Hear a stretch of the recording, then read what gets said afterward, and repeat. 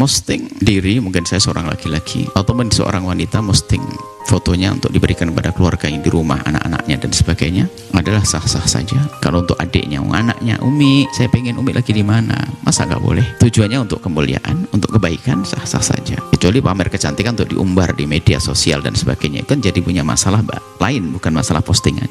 Postingan adalah biasa, tinggal digunakan untuk apa, tujuannya untuk apa, itu saja. Posting foto dan sebagainya. Kalau tujuannya adalah jelek, ya jelek.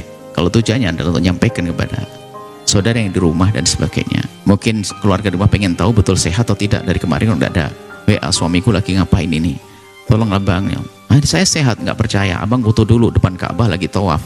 Ya sah-sah saja. Cuman yang anehnya adalah hidupnya hanya postingan, nggak sempat zikir waktu tawaf. Nah ini adalah itu yang perlu dibenahi.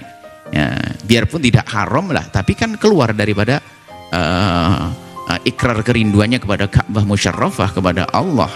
Foto sana sini sampai di live. Ya, itu adalah nasihat. Ya hendaknya jangan seperti itu kan. Masa menahan untuk tidak urusan dengan handphone 20 menit saja nggak bisa, karena Allah, tawaf yang khusyuk, berdoa dan seterusnya, sampai nanti sa'i. Setelah itu ada masalah kenangan, ya dalam kenangan 1-2 deh, jangan full 20 menit 30 menit ada live. Nah, apakah haram? Ya nggak haram. Kapan haram? Harusan begitu tidak haram, cuman mana tujuan Anda itu mau ngapain ke sana kan begitu. Kecuali untuk hajat, kalau tidak ada, namanya iseng, telah mengganggu porsi waktu ibadah Anda.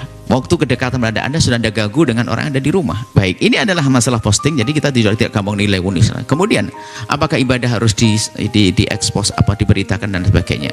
Kita tidak, urusan riya nggak ada, bukan seperti itu kok. Riya itu sangat pribadi di dalam hati kok. Makanya kalau urusan riya, kaidahnya sederhana, hai hamba Allah, tidak boleh Anda menuduh orang lain riya, selesai. Kalau ingin nuduh riya ke dalam diri Anda sendiri. Apakah setiap orang yang postingan pasti riya? Belum tentu. Kemungkinan Anda punya hajat sendiri. Yang nggak boleh adalah merasa saya yang paling ikhlas. Itu riya adalah urusan sembunyi di dalam diri masing-masing. Maka kita tidak bisa menilai orang lain riya. Nggak bisa sama sekali. Itu urusan hati. Orang tampak kelihatannya riya, ternyata dia lagi merangi riya, mau gimana?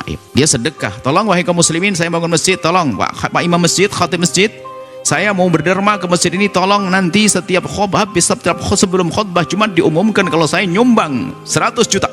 Orang heboh, ini orang riya. Padahal dia lagi merangi riya di dalam hatinya. Kenapa? Dia nyumbangnya 1 miliar, hanya pengen diumumkan 100 juta. Sudah suudon lagi kita. Makanya jangan gampang nilai orang riya. Sudah, bukan urusan nilai riya. Orang posting dan sebagainya. Kalau memberi nasihat, tapi menuduh riya dan sebagainya. Ibadah, tahajud di posting sebagainya, saya tidak tahu urusan. Yang jelas kalau dia riya akan rugi dia. Tapi bisa jadi dia ingin membuktikan ke ibunya, karena sudah ada kesepakatan kok kepada saudaranya.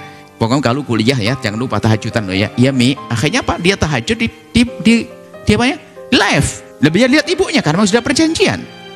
Adapun keikhlasannya setelah ditutup tambah lagi 2 kali lipat, itu ikhlas. Jadi live-nya hanya berapa menit, tidak live-nya lebih banyak lagi. Maksud kami adalah jangan biasa kita menuduh, menilai orang lain dengan penilaian yang negatif, yang tidak baik. Itu kan bukan sesuatu yang baik. Hanya memang urusan ibadahnya kita bisa menjaga ibadah kita. Jangan sampai ternyata sia-sia. Kalau Anda terpaksa, Anda harus menyampaikan pada orang, atau amal baik Anda itu Anda curigai ternodai dengan keriaan, maka kembalikan dengan cara melakukan yang serupa dengan cara yang berbeda. Itulah, misalnya Anda sedekah 5 juta, lah kok ketahuan orang. Ya Allah, saya pengen sembunyi ketahuan orang. Disebut lagi sama Pak Haji, ini diwan dari Haji Fu ini. Maka ya biarkan, sudah diketahui orang, nggak ada masalah. Kalau Anda curiga, kok saya senang banget di saat disebut, berbinar-binar. Wah, senang banget di saat disebut, berarti sudah masuk riya dalam hati. Caranya menghapus gampang saja.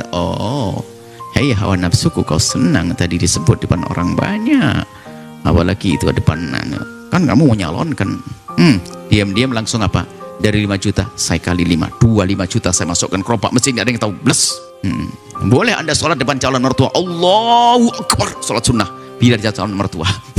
Tapi apa, hajar hawa nafsu. Enak aja kok sholat depan orang panjang-panjang setengah jam. Ayo ke kamar kunci 1 jam bisa ndak sholat. Gitulah, gitu saja. Jadi jangan gampang nilai orang dengan nilai kejelekan. Kalau ternyata Anda melakukan satu amalan, kok ternyata Anda mencurigai amal Anda itu akan terkena riya, maka segera tumpangi dengan cara yang berbeda. Itulah orang cerdas seperti Imam Ali bin Abi Thalib. Kalau sedekah, kalau berbuat baik, dia bagi dengan 4 macam.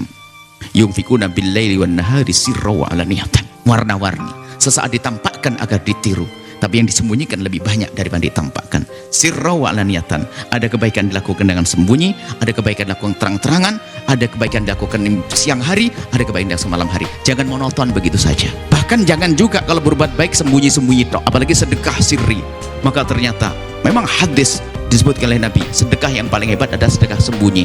Ternyata hadis itu sekarang digemari oleh orang-orang pelit. Setiap sedekah langsung buah hadis ini. Sebaik-baik sedekah adalah sedekah sembunyi. Orang pelit tidak boleh pakai hadis ini. Jadi hawa nafsu itu halus menjerumuskan kita untuk mengikuti setan. Semoga Allah menjaga amal ibadah yang sudah memposting, semoga ibadahnya ikhlas. Kemudian nanti yang mau ibadah nggak usah pakai postingan ya, biasa saja ya. Yang sudah semoga diampuni kalau itu kesalahan, kalau tidak baik diganti lebih baik. Yang belum umroh dan belum haji semoga bisa haji, nggak pakai sibuk dengan postingan, insya Allah ya. Lebih khusyuk, lebih istimewa, indah semuanya. Wallahu a'lam bishawab.